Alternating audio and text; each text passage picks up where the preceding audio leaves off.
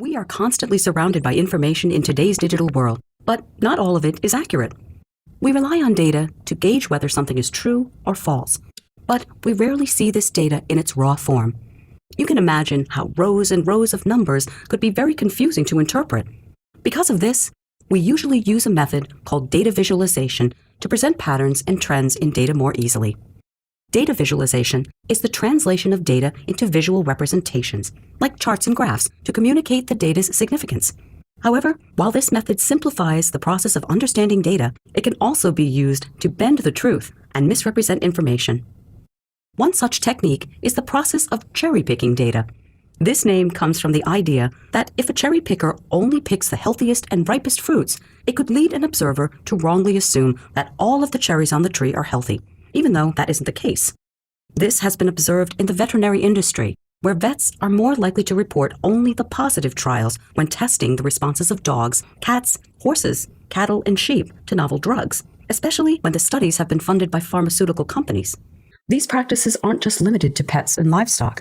Industry trials of drugs for humans, such as antidepressants, were reported to be much more likely to show positive results than government-funded studies of the same drugs. Another way of using data visualizations to manipulate information is the use of cumulative data instead of annual data. Cumulative data means adding each successive input in the data setup so that the graph will always be rising. Annual data, on the other hand, would show the data for each individual year, which could be increasing or decreasing. This method is often used by companies to make their sales and figures appear larger than they actually are. Data viz manipulations are commonly used in politics to make a particular party or candidate look more favorable. For example, pie charts are commonly used to represent numeric proportion, like showing which candidates people are most likely to vote for. But consider if participants in the survey were allowed to vote for more than one candidate.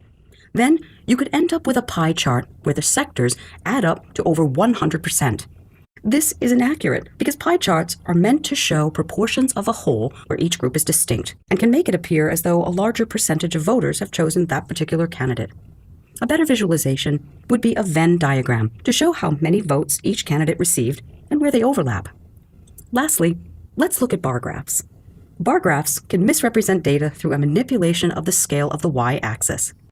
For example, a politician might want to exaggerate how high school graduation rates have increased during their tenure. You can see how the difference between 75% and 80% can seem far more significant when viewed on a y-axis that begins at 50 versus 0.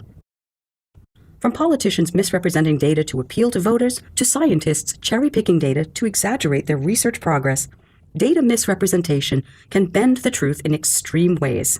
However, now that you've seen how data can be manipulated, you can be more wary of the information you receive and thus make well-informed choices, whether it's choosing between brands, candidates, or beliefs.